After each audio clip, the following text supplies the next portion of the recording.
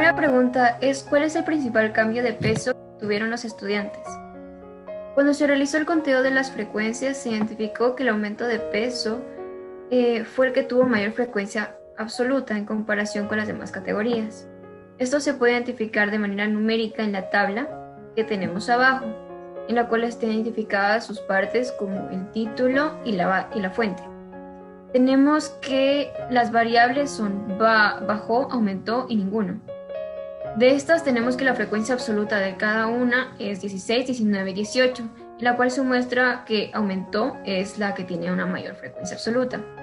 De igual manera, aquí podemos observar que la fórmula que se utilizó para identificar estos valores fue la de contar sí, en la cual se utilizó como rango de valores todos los diferentes valores que habían en la categoría y se utilizó como criterio el término bajó, aumentó o ninguno en cada uno de los casos. Siguiente.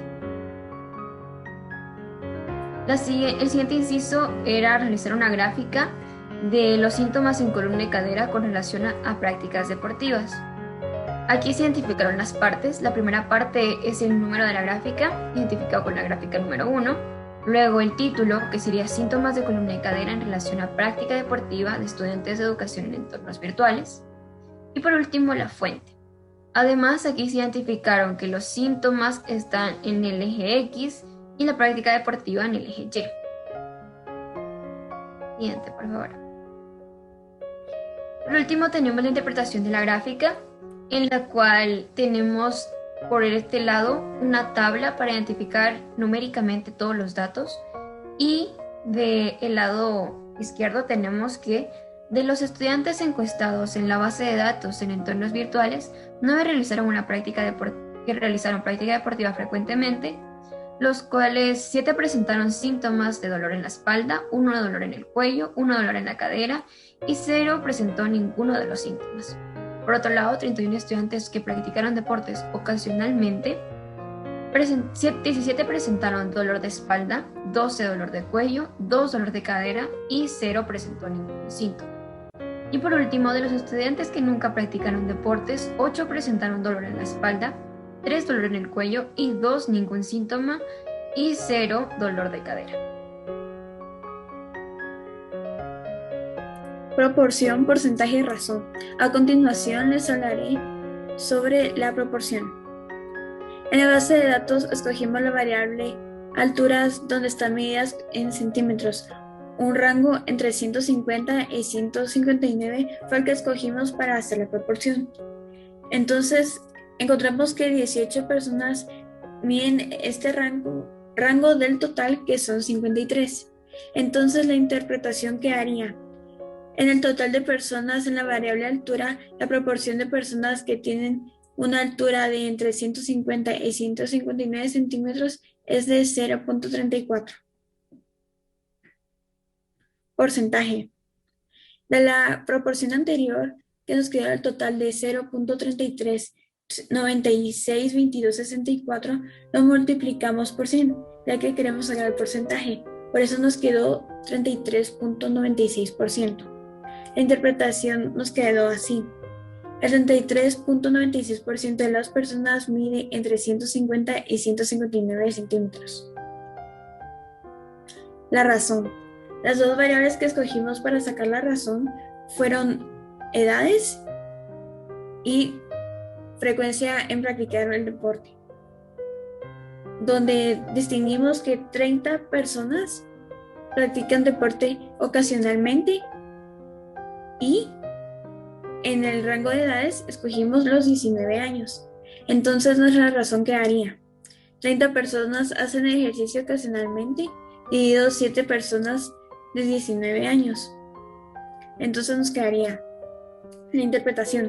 La razón es: por cada 100 personas de 19 años, 429 personas practican ejercicio ocasionalmente, porque estos números más altos de los que nos daban antes, ya que como en la división nos quedó un decimal, para quitar los decimales hay que multiplicarlo por 100 y así ya poderlo poner bien en la razón.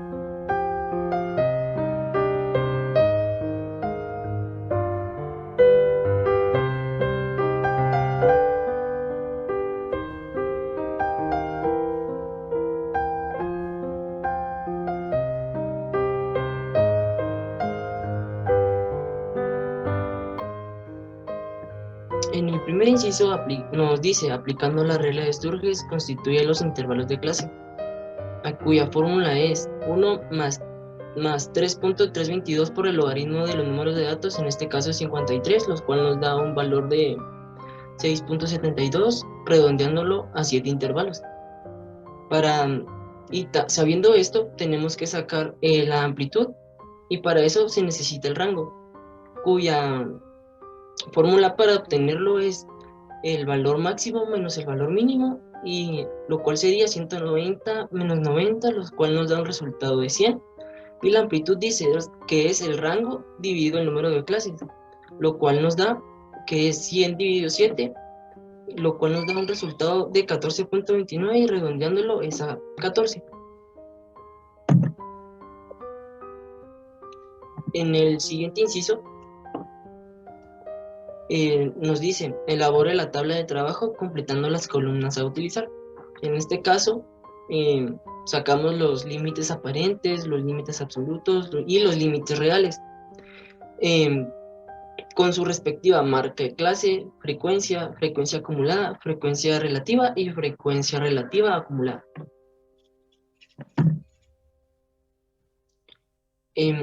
Ahora nos presentan que tenemos que calcular la medida de tendencia central, que es afectada por valores extremos, lo cual nos habla de la media aritmética, cuya fórmula es sumatoria de los datos dividido los números de datos, en este caso que nos da una suma de 7018 dividido 53, y nos da un resultado de 132.41. Y interpretándolo sería, el promedio del peso de los pacientes es de 132.41 libras. En el siguiente, calcular la medida que divide en dos partes iguales a la distribución, y nos habla sobre la mediana, cuya fórmula es número de datos más 1 dividido 2. Y nos da un resultado de que nos queda en la posición 27, cuyo valor es 130. Y interpretando sería, el valor de la medida que parte de la distribución en 2 es 130. En el siguiente, el valor que más se repite, y en este caso es la moda. Y podemos decir que aquí en esta tablita, el valor que más se repite es 130, y interpretando es el valor modal es de 130. En el siguiente, calcule la variabilidad de los datos en unidades originales, y nos habla de la desviación estándar. Interpretando sería, la dispersión alrededor de la media en el peso de los pacientes es de 23.8258. En el siguiente, calcule la variación relativa, y nos habla sobre el coeficiente de variación, cuya fórmula es desviación estándar dividido la media aritmética por 100, lo cual nos da un resultado de 17.99%.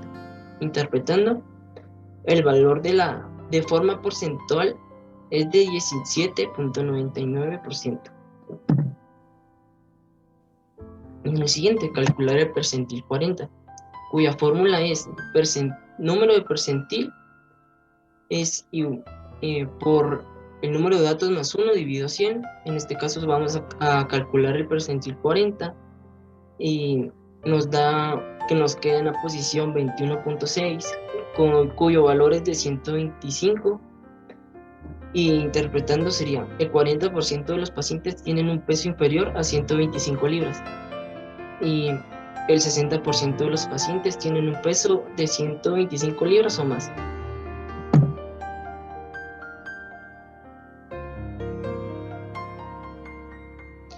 En el inciso 15 nos piden elaborar un histograma y hacer su debida interpretación. En el histograma podemos observar que el eje X está la marca de clase, y en el eje Y se ve la cantidad de habitantes que están dentro de ese margen de peso. En el siguiente nos piden describir los efectos que puede producir el exceso de peso en la salud. Podemos ver que a medida que aumenta el peso hasta alcanzar los niveles de sobrepeso y obesidad, inciden en la falta de movimiento, así como aumenta el riesgo de padecer enfermedades como lo es la diabetes tipo 2, enfermedades cardiovasculares, hipertensión, artrosis y problemas ginecológicos.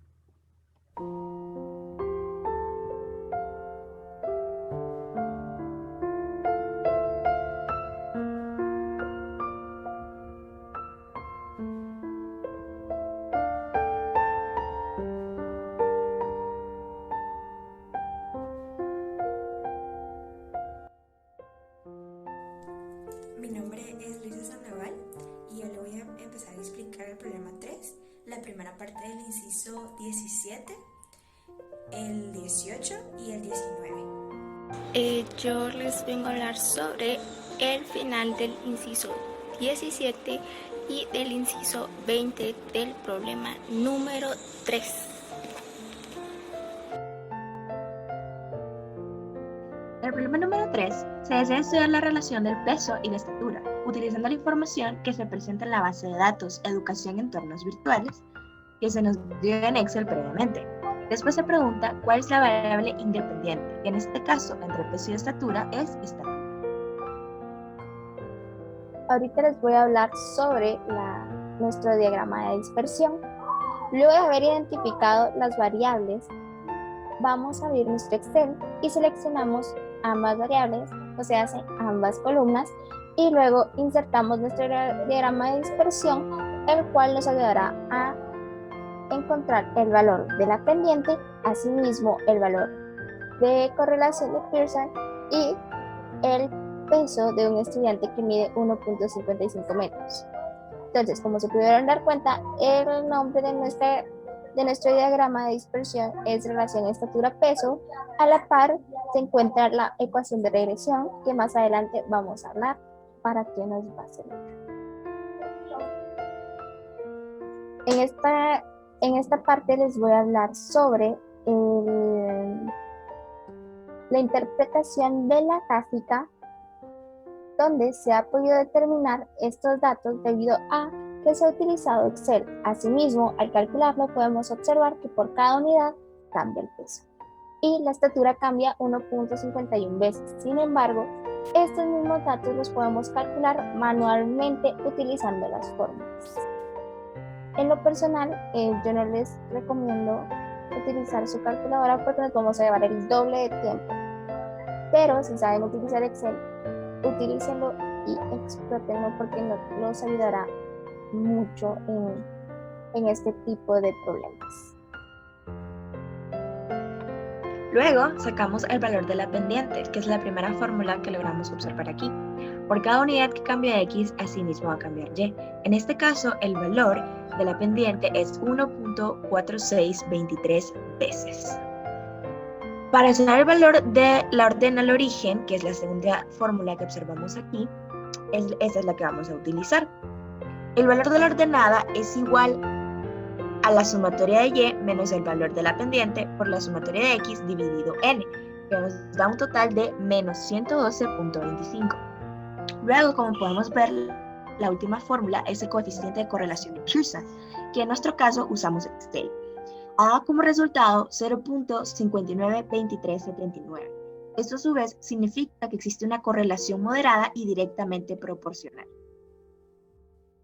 Luego, el punto 20 es el peso que se espera para un estudiante que tenga una estatura de 1.55 metros. Como se pudieron dar cuenta, estamos utilizando la ecuación de regresión, el cual vamos a sustituir la incógnita por 155 centímetros.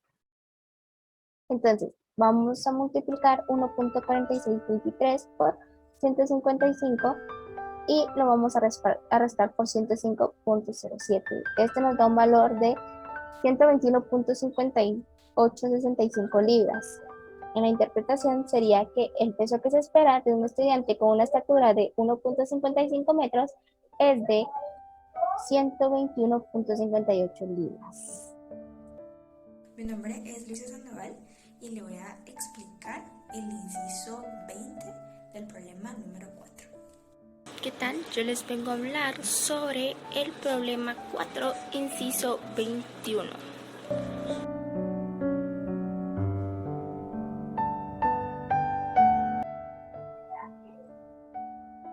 Luego, en el problema número 4, se nos exigió que pusiéramos una gráfica que se diera de medio nacional, que en nuestro caso fue soy502.com, en el cual se reflejara el avance del COVID-19 en nuestro país en el año 2021. En esta primera gráfica podemos observar cómo los casos de las personas infectadas van en incremento constante sin en realidad concluir. De igual forma, podemos observar que la proporción de estos casos es similar a los casos de personas recuperadas. Al mismo tiempo, podemos apreciar que los casos de las personas activas poseen un menor porcentaje. De manera semejante, los casos de fallecidos llevan inferior proporción. En la segunda gráfica se puede percibir con más puntualización la cantidad de casos por día, por el cual podemos corroborar que hay más casos de recuperación que fallecidos y hay una gran proporción de casos confirmados. Con estas dos gráficas podemos darnos cuenta que los números de casos recuperados es muchísimo más altos que los casos de fallecidos. Y también podemos darnos cuenta que la cantidad de casos confirmados va en aumento cada día. Para finalizar, ¿cómo ha apoyado la bioestadística en el manejo de la emergencia sanitaria?